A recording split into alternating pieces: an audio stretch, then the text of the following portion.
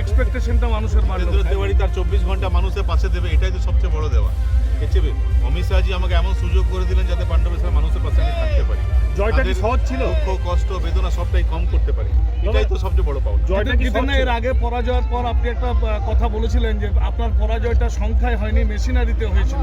আজকে শেষমেশ জয় হলো। আপনার বিরুদ্ধে যিনি, তিনি আবার পাল্টা অভিযোগ তুলেন আজ তার জয় মেশিনারিতে। এই অভিযোগ তোলা মানে হলো যে পাণ্ডবেশ্বরের জনগণকে অপমান করা। যে পাণ্ডবেশ্বরের মানুষ ওনাকে এতদিন বিধায়ক রেখেছিল, তারাই আজ ওনার কাছে রুষ্ট হয়েছে, ওনার বিরুদ্ধে ভোট দিল বলে তাদের বিরুদ্ধে এই ধরনের অভিযোগ আনা। তিনি তো ধর্নায় বসেছেন। সে বসতে পারে, কিন্তু সেটা তার গণতান্ত্রিক ইয়াতে ধর্নায় বসাই যায়।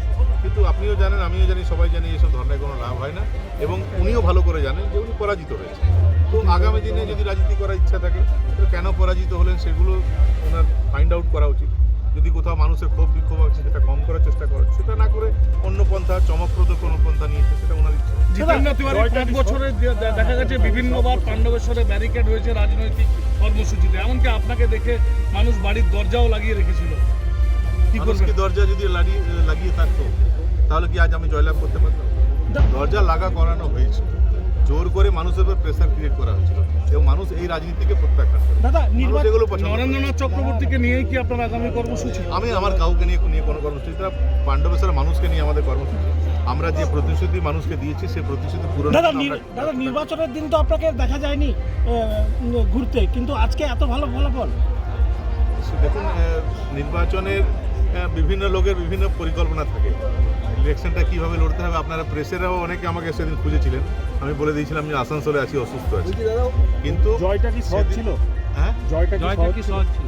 দেখুন, এটা মানুষ যখন চায় তখন জয় পরাজয় সবটাই সহজ হয়ে যায়। রাজ্যের বিরোধী দলনেতা জিতেন্দ্র তিওয়ারির মুখে বারবার পাণ্ডবেশ্বর লাউদোয়া ব্লকের বালি দুর্নীতি, কয়লা দুর্নীতির সাথে জড়িত বহু মানুষের কথা উঠে এসেছে, বহু নাম উঠে এসেছে। শাস্তি কি পাবে তারা? দেখুন, পশ্চিমবঙ্গ তো টলারেট করে না, আমাদের বিজেপি তো দুর্নীতির সঙ্গে আপোষ করে না, এবং বিরোধী দলনেতা যাকে আপনি বলছেন তিনি তখনও বিরোধী দলনেতা ছিলেন, এখন ওনাকে বিরোধী দলনেতা বলার স্বাভাবিকভাবে এইসব কাজের সঙ্গে যারা যুক্ত থাকে তাদের বিরুদ্ধে আইনত ব্যবস্থা যা নেওয়ার সেটা তো নিশ্চয়ই।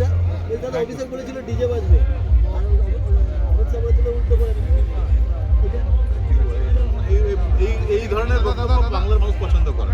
আপনাদের এলাকাতে অনেক হিংসা শুরু হয়ে গেছে এখনই। হ্যাঁ, রেজাল্ট বেরোনোর পর আপনাদের এলাকাতে অনেক হিংসা।